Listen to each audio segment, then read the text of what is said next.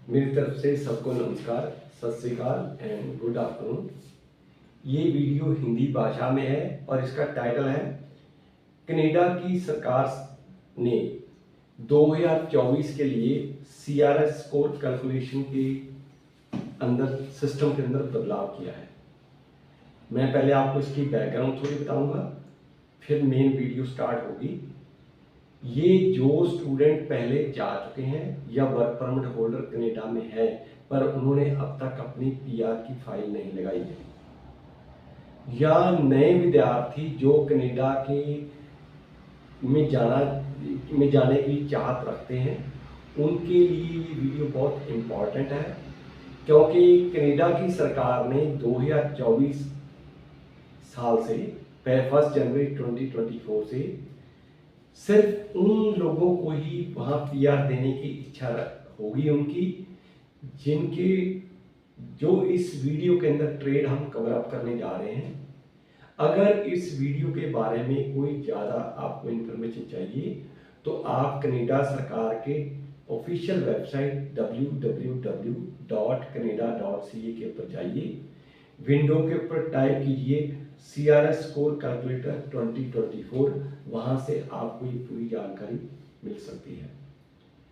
इसकी बैकग्राउंड क्या है कि पहले तो जो भी कनाडा चला गया उसको PR की फाइल लग जाती थी, प्रोवाइडेड वो कुछ क्वालिटीज पूरी करता था।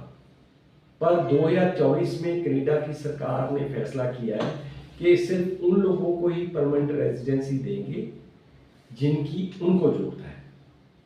ये वीडियो के 3rd एंड 4th पार्ट में हम लोग कवर अप करने जा रहे हैं।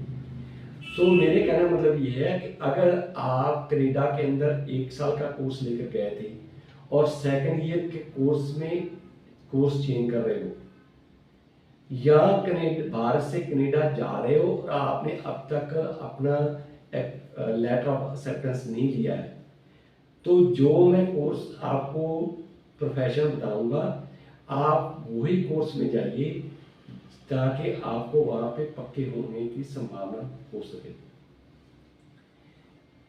जो जनरल है जिनकी आयु 30 साल से कम है उनको CRS स्कोर कैलकुलेशन में ज़्यादा पॉइंट मिलते हैं। जैसे 30 साल से ज़्यादा उम्र होगी आपके CRS पॉइंट कम होते जाएंगे। वर्क एक्सपीरियंस एक्सप्रेस एंट्री के अंदर फाइल लगाने के लिए कम से कम 1 साल मैक्सिमम 3 साल का उस प्रोफेशन में एक्सपीरियंस चाहिए जिस NOC कैटेगरी में आप अप्लाई कर रहे हैं। एजुकेशन देखो, जो प्रेजेंटली सिचुएशन है कि 10+2 जो स्टूडेंट गए थे उनके CRS स्कोर पूरे नहीं होते हैं। CRS स्कोर टोटल 1200 होते हैं। जो प्रेजेंटली सिस्टम चल रहा है लगभग 485 to 500 नंबर चाहिए।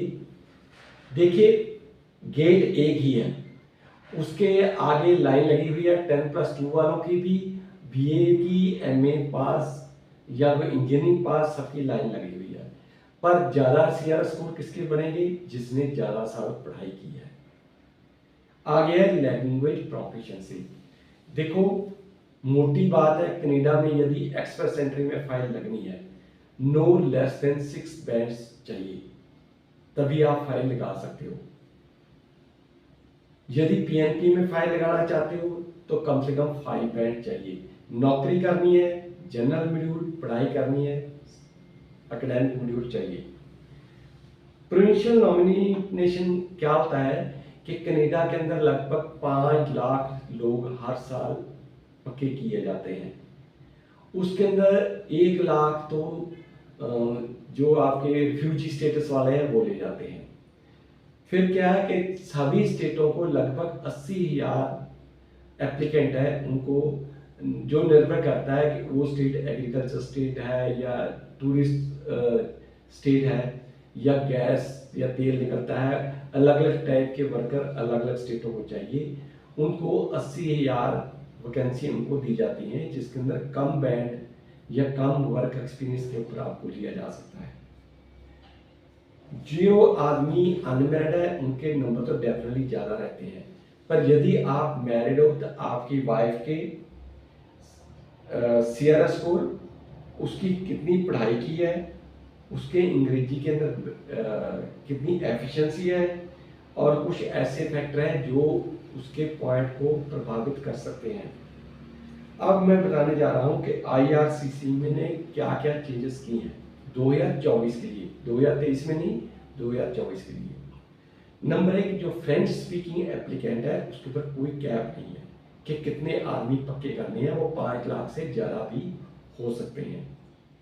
यदि इंग्लिश का आपने एग्जाम पास किया है तो सिर्फ 5 लाख में ही कंसिडर होंगे। नंबर 2, हेल्थ केयर वर्कर्स को प्रायोरिटी दी गई है। डॉक्टर्स, जैसे nurses, dentist, dietitian, medical front office assistant, dental front office assistant, या जो चश्मे बनाते हैं ऑप्थेल्मिक टेक्नीशियन या फार्मेसी टेक्नीशियन, उनको प्रायोरिटी दी जाएगी। नेक्स्ट है स्टेम कैटेगरी। स्टेम की फुल फॉर्म होती है science, technology, engineering and mathematics. So यदि आप कनाडा जाना चाहते हो वर्क परमिट या स्टडी बेस के ऊपर, तो आपकी पहले की गई पढ़ाई या साइंस से संबंधित होनी चाहिए।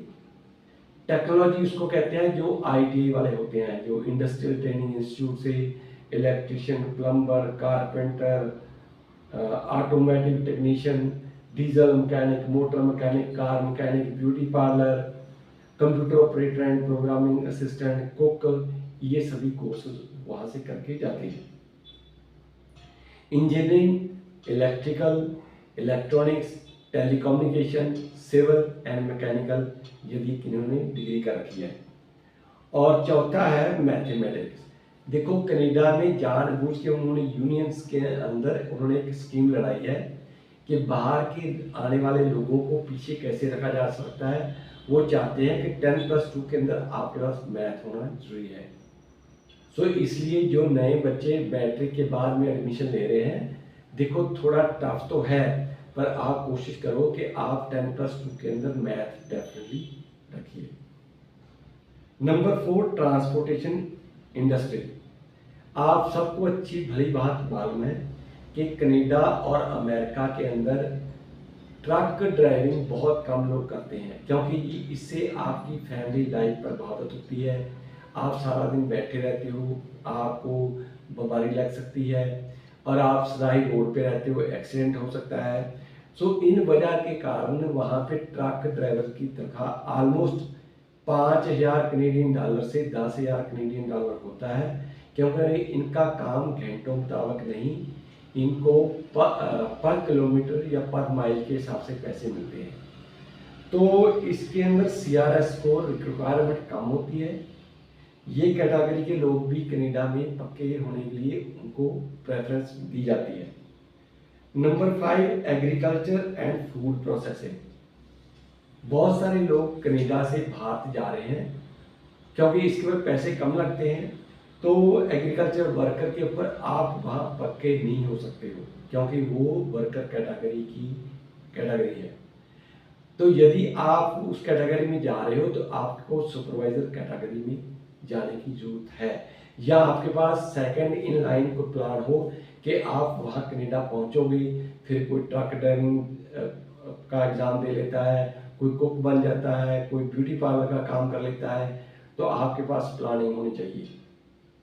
ये 5 जो चेंजेस हैं उन्होंने 2024 1 जनवरी के बाद में की हैं। आप अगर फ्यूचर में कनाडा में पढ़ने या वर्क परमिट पे जा रहे हो तो आपकी कोशिश होनी चाहिए कि आप इन नौकरियों के अंदर आपका कोर्स का संबंध होना चाहिए। अब मैं आपको ये बताऊंगा कि PR एप्लीकेशन के लिए क्या क्या दस्तावेजों की जरूरत पड़ती है, ताकि देखो एक दिन में तो आप प्रिपेयर नहीं कर सकते हो।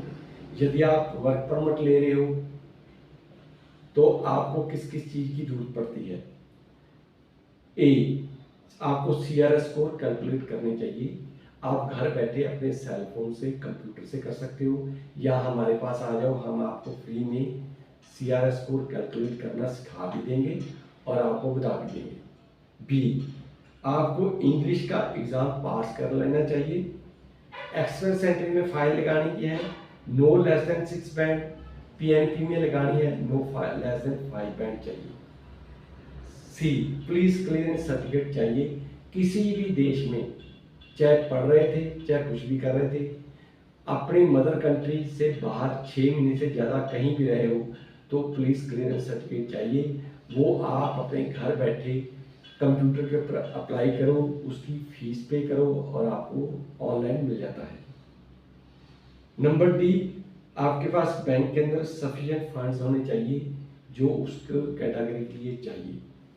ई, यदि आप एम्प्लॉयड हो तो आपकी तनख्वाह बैंक के थ्रू आनी चाहिए और आपने इनकम टैक्स की रिटर्न फाइल की होनी चाहिए।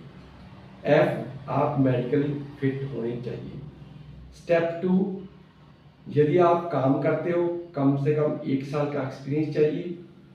स्टेप 2, जो भी भारत के अंदर आपने पढ़ाई की है उसकी ईसीए करवाई होनी चाहिए।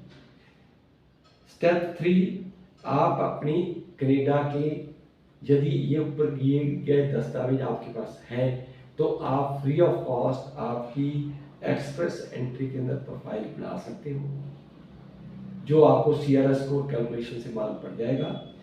यदि आपको लेटर ऑफ इनविटेशन आता है तो आपको विद इन 60 डेज अपने सभी डॉक्यूमेंट आपको ओरिजिनल में प्रोवाइड करने पड़ते हैं। तो आप कोई गलत इंफॉर्मेशन वहां मत दीजिए। यदि उसके अंदर कोई मिसमैच आएगा तो आपका आईटीए भी खत्म हो जाएगा। स्टेप 4, एक्सप्रेस एंट्री के अंदर यदि आपकी एलिजिबिलिटी नहीं बनती है तो लगभग 80,000 सीटें अलग अलग स्टेट को दी जाती हैं। उनकी इंग्लिश रिक्वायरमेंट, एक्सपीरियंस रिक्वायरमेंट और प्रोफेशन रिक्वायरमेंट डिफरेंट होती हैं। इसके बारे में आप ज़्यादा पड़ताल कर सकते हो या हमारी आप हेल्प ले सकते हो। नंबर 5, जब आपको आईटीए मिल जाएगा, इसको कहते हैं लेटर ऑफ इनविटेशन, तो आपको मेक श्योर कीजिए कि आपको 60 दिन के अंदर अपने सभी डॉक्यूमेंट उनको दे दीजिए ताकि आपकी कनाडा में पीआर लग सके। ये एक ऐसा प्रोग्राम है जिसके ऊपर ज़्यादा पैसे खर्च नहीं आते हैं। वर्क परमिट के ऊपर जाओगे 20 से 25 लाख रुपए खर्च हो जाती हैं, पर ये एक ऐसा सिस्टम है जिसके अंदर आप कम पैसे से कनाडा विद फैमिली पहुंच सकते हो। Thank you very much. Stay connected with us. ऊपर दिए गए फ़ोन नंबरों से आप हमारे से अधिक जानकारी ले सकते हैं। बाय।